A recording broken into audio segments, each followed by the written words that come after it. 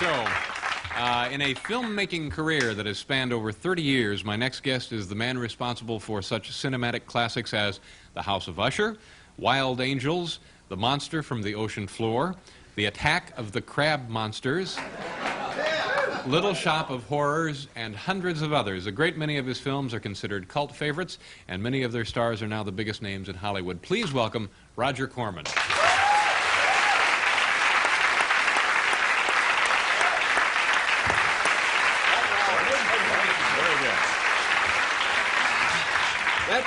That's an impressive list. We have others. We have Monster from the Ocean Floor, Stakeout on Dope Street, The Battle of Blood Island, Queen of Blood, The Wasp Woman, The Viking Women, Teenage Caveman.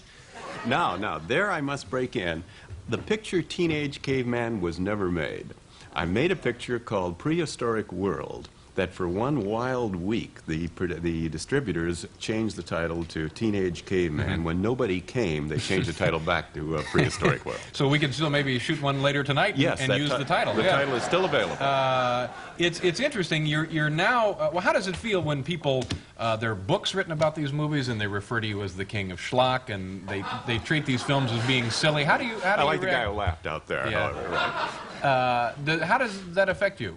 Well, I kind of like the books. That's very nice, and a certain amount of lecturing goes with it. It's the feeling that maybe I'm becoming an elder statesman that I'm not so totally pleased with, however. And now you're doing other things. You're helping to distribute the Tin Drum, Breaker Morant, and films that may be considered the other end of the scale, huh? Yes, we have a number of art films we're distributing. As a matter of fact, this fall, we're going to open Fitzcarraldo. It's going to be in the New York Film Festival, and it won Best Director Award at the Cannes Film Festival, so we're very pleased with that particular film. Now, earlier I mentioned that we could use this title and shoot a film after the show. You actually did that kind of schedule of shooting films, didn't you? Pretty quickly. Yes, most of the films, the ones you're referring to, were the earlier ones. I was shooting on schedules of anywhere from 5 to 10 days and budgets of anywhere from $50,000 to $100,000, the big time. 5 to 10 days? Right. What's the least amount of shooting you had for a movie? Well, there was a picture called The Little Shop of Horrors that I shot in 2 days and a night, and there's a musical off-Broadway based upon it playing now. And who was this the one that Jack Nicholson was in? Yes, right. And I believe we have some footage of this particular film, and we might as well take a look at this now. This is, what was the date on this, 1959 or so? In that area, yeah. Little Shop of Horrors, and I think we're actually going to see a bit of Mr. Nicholson in the Roger Corman classic.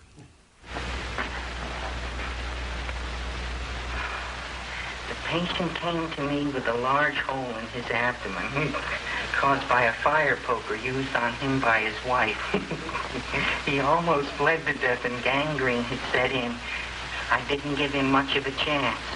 There were other complications. The man had cancer, tuberculosis, leprosy, and a touch of the grip.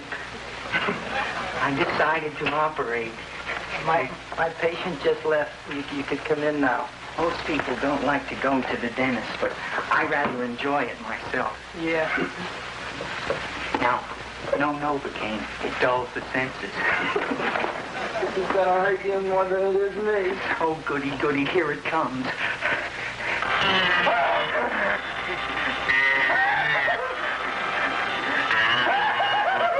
Oh, my God, don't stop now!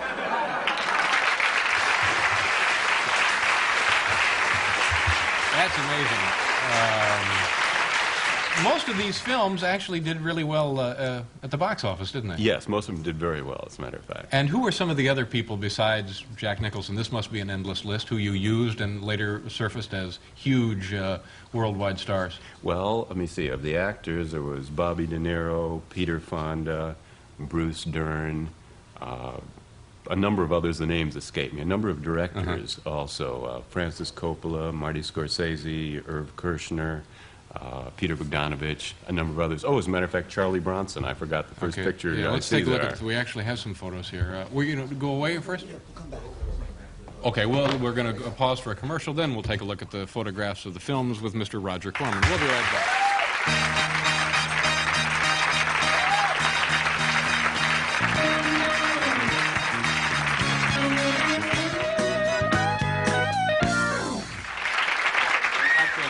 Roger Corman. We just saw a clip of the movie. Again, what was the name of that?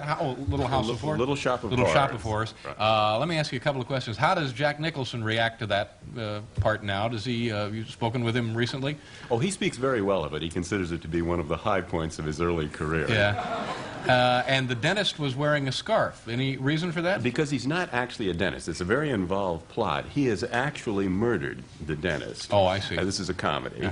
And he's killed the dentist and is masquerading as the dentist until he can get rid of the body. Meanwhile, Jack is a masochist who likes to come to the dentist's office, comes while he is still trying to get rid of the body. Yeah. We're sometimes... That's fairly involved. You have to keep it straight here. Now, these were made very cheaply, weren't they? Now, why... I mean... I suppose if you had a choice, you'd rather have a bigger budget, but why did you make so many inexpensive films? Well, for one thing, I didn't have very much money, and I was financing some of the films myself, and also I did a lot of films for American International Pictures, which was a small company at the time, and they didn't have too much money either, so it was kind of forced upon us. And some of these scripts, did you always have scripts? We generally had scripts. I would say most of the time there was something there to work with. Sometimes we would go in with, I wouldn't say we never went into production with no script, but sometimes we went in with a first draft script that we were rewriting as we were going along. It sounds dangerous, but I'm also guessing it was a lot of fun, wasn't it? Yes, it was. It was very stimulating, a little nerve-wracking occasionally. All right, now let's take a look at some of these photographs. These were taken, I guess these are production stills taken from the films that were being done? Yes, that was Machine Gun Kelly with Charlie Bronson playing one of his first leads. He was very, very good, and that was a film that got a certain amount of acclaim in Europe. It established Charlie something of a star in Europe and brought me to the attention of some European critics. All right. And here we have... Now, that was Prehistoric World, known briefly as Teenage Caveman, with Bobby Vaughn, Robert Vaughn, playing his first lead over there. All right. This was Five Guns West, which is the first film I ever directed. I had a big schedule on that, 9 days. The circle is around Mike Connors. He was known at that time as Touch Connors. This was in the days of, his agent represented, let me see, Rock Hudson, Tab Hunter, Race Gentry, a number of... Race Gentry? Race Gentry was one of the up-and-coming stars at the time, and he gave Mike the name Touch, and Mike used it for about a year, and then he said, I've got to get rid of this, and he became Mike Connors immediately. All right. There he is again, Touch. Is anybody working now like you used to, making the kind of films you used to make? Not really. It's very difficult today. Now, this is The Terror with Boris Karloff and, again, Jack Nicholson. That was a picture in which I really did not have a script. We used the sets left over from The Raven, which I had done for AIP, and Jack was one of the leads in The Raven with Boris Karloff, Vincent Price, and Peter Lorre. And I was supposed to play tennis one weekend, and it rained, and we wrote the script that afternoon and shot that section in 2 days. It's amazing. Now, how long, if somebody went to see one of your films, how long would it be? Oh, these were normal films. 90 minutes? Yeah, 80 to 90 minutes, somewhere in that area. Maybe 95 sometimes. All right. Now, this is a good casting pair. Right. Ray Milland and Don Rickles. A great comedy team. Now, that was Don's first picture, and weirdly enough, he was very nervous. I never would have believed that one of my jobs as a director would be to calm down Don Rickles and tell him, everything's going to be okay, Don, you're doing fine. You know, these films they're sort of silly now, but everybody has nothing but the highest regard for you and your work, and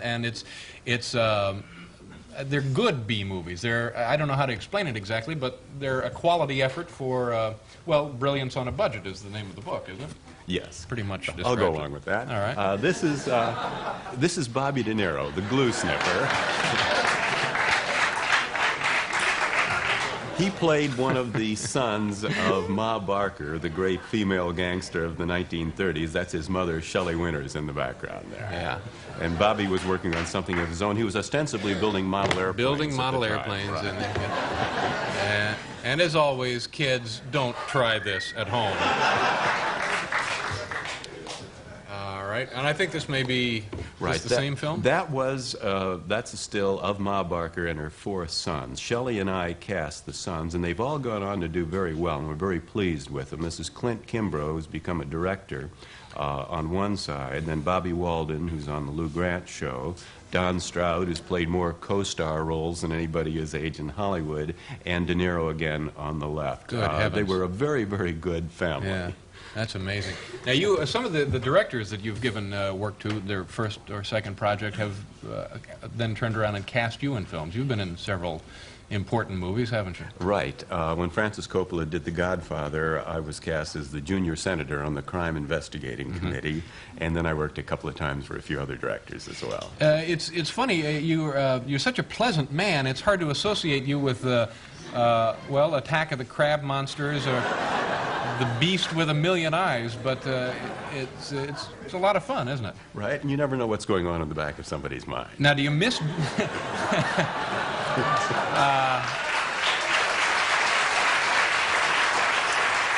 Now you're a big film executive. Do you miss this activity? Yes, it was. It really was fun when we were doing those. I was younger. We were playing with low budgets, and some of the films really were done almost as jokes to see if we could do a film. See if I could do a film in 2 days for $30,000. Now we're spending a little bit more money. Matter of fact, quite a bit more money, and it becomes a little more serious. Do you think that the motion picture industry will ever go back to courting those really, really cheap movies because of the budgets getting out of hand now? I think some of the budgets will retreat. Some of the $30, $40, $50 million budgets have been losing $20, $30, $40 million, and somebody's got to call a halt. But it can never go back to where it was. One, inflation has been a factor, but even discounting inflation, I think the various economics, which I needn't get into at the moment, work against that kind of film.